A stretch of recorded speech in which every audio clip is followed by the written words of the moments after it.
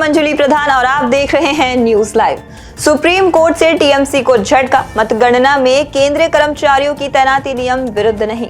Supreme court ने पश्चिम बंगाल विधानसभा चुनाव की मतगणना में केंद्रीय कर्मचारियों की तैनाती के खिलाफ दाखिल तृणमूल कांग्रेस की आपत्ति को खारिज कर दिया है। सुप्रीम कोर्ट ने कहा कि इस मामले में चुनाव आयोग को कोई आदेश नहीं दे सकते। कोर्ट ने कहा कि काउंटिंग सुपरवाइजर और सहायक केंद्र सरकार के कर्मचारी होंगे तो इसे गलत नहीं कहा जा सकता, क्योंकि प्रावधान में स्पष्ट है कि इनकी नियुक्ति राज्य या केंद्र किसी भी पूल से की जा सकती है। इससे पूर्व टीएमसी की ओर से सीनियर वकील कपिल सिब्बल ने कहा कि हमें चुनाव आयोग से न्याय मिलने की उम्मीद नहीं है। टीएमसी ने इससे पहले कलकत्ता हाई कोर्ट में अपील की थी, लेकिन हाई कोर्ट ने आपत्ति खारिज करते हुए कहा था कि काउंटिंग स्टाफ की नियुक्ति चुनाव आयोग के आधार क्षेत्र में आती है। दरअसल चुनाव आयोग ने बीते 13 अप्रैल को सर्कुलर जारी किया था, जिसके अनुसार मतगणना की हर टेबल पर सुपरवाइजर या असिस्टेंट में से कम एक कर्मचारी केंद्र सरकार या पब्लिक सेक्टर का होना अनिवार्य है। इस पर टीएमसी ने आरोप लगाया कि केंद्र सरकार के कर्मचारी बीजेपी के प्रभाव में काम कर सकते हैं। पश्चिम बंगाल में कड़ी सुरक्षा के बीच 15 बूथों पर दोबारा मतदान, पोलिंग स्टेशनों पर लगी रही लंबी कतारें।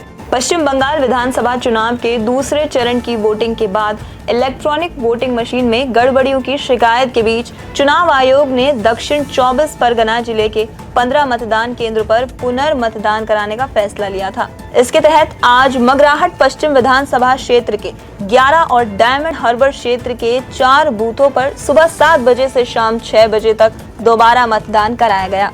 मतदान के लिए मतदाताओं की लंबी कतार लगी रही। वहीं दक्षिण 24 परगना जिले के ही डायमंड हार्बर क्षेत्र में स्ट्रांग रूम को कथित तौर पर करीब 10 बार खोले जाने की शिकायत पर चुनाव आयोग ने सख्त कार्रवाई की। इस मामले की शिकायत भाजपा नेताओं ने की थी। शिकायत के बाद चुनाव आयोग ने मामले की जांच कर तत्काल प्रभाव से संबंधित अधिकारियों को सस्पेंड कर दिया है।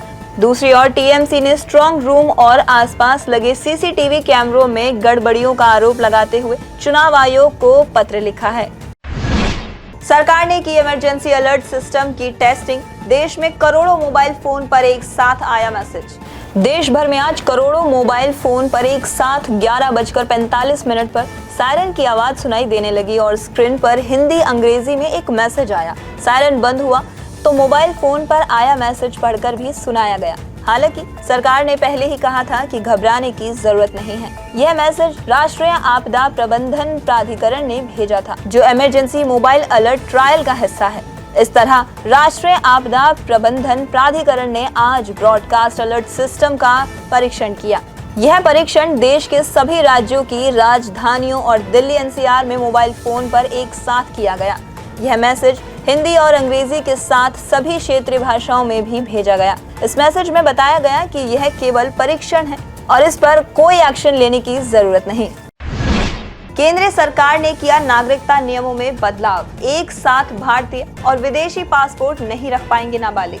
केंद्रीय गृह मंत्रालय ने नागरिकता से जुड़े नियमों में बड़ा बदलाव करते हुए नागरिकता संशोधन नियम 2026 का नोटिफिकेशन जारी कर दिया है। नए नियमों के अनुसार कोई भी नाबालिग बच्चा एक ही समय में भारत और किसी दूसरे देश का पासपोर्ट नहीं रख पाएगा।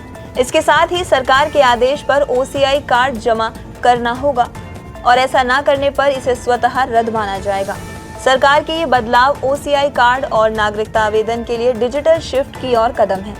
नए नियम के अनुसार ओसीआई कार्ड के लिए आवेदन अब सिर्फ ऑनलाइन पोर्टल पर होगा और ऑफलाइन या मैनुअल आवेदन की व्यवस्था समाप्त कर दी गई है। इसके अलावा नए नियम के अनुसार ओसीआई रजिस्ट्रेशन के दौरान इकट्ठा किए गए बायोमेट्रिक डाटा का इस्तेमाल भविष्य में इमिग्रेशन में मदद के लिए किया जाएगा। ग्रेट निकोबार प्रोजेक्ट पर सरकार ने दिया राहुल गांधी को जवाब, कहा अंडमान सागर में भारत की मौजूदगी होगी मजबूत। लोकसभा में नेता विपक्ष राहुल गांधी के ग्रेट निकोबार प्रोजेक्ट पर सवाल उठाने के बाद केंद्र सरकार ने विस्तृत स्पष्टीकरण जारी किया है। सरकार ने इसे अंडमान सागर में भारत की मौजूदगी को मजबूत करने वाली रणनीतिक पहल बताया और कहा कि इससे पोर्ट आधारित विकास व पर्यावरण सुरक्षा के उपायों के बीच संतुलन बनेगा। इसके साथ ही इस योजना में वहां के मूल निवासियों की सुरक्षा को विशेष रूप से ध्यान में रखा गया है। इससे पूर्व नेता विपक्ष नेता राहुल गांधी ने 81,000 करोड़ रुपए की इस पहल की कड़ी आलोचना करते हुए इसे पर्यावरण और वहां के मूल निवासियों दोनों के लिए गंभीर खतरा बताया था। इसके जवाब में सरकार ने कहा कि यह प्रोजेक्ट समुद्री और रक्षा क्षमताओं को बढ़ाएगा और इस द्वीप को वैश्विक व्यापार और लॉजिस्टिक्स नेटवर्क से जोड़ेगा। इसके अलावा यहाँ का एक बड़ा अंतर्राष्ट्रीय ट्रांसशिपमेंट टर्मिनल भी बनाया जाएगा।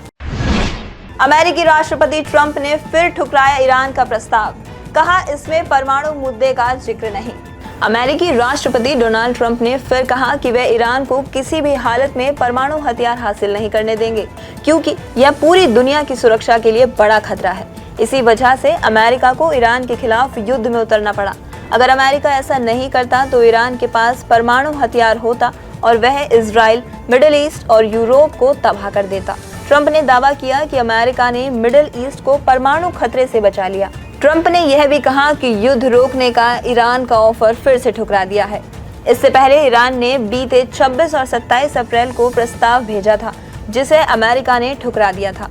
व्हाइट हाउस के एक अधिकारी के अनुसार ईरान ने अपने नए प्रस्ताव में भी परमाणु मुद्दे का जिक्र नहीं किया था।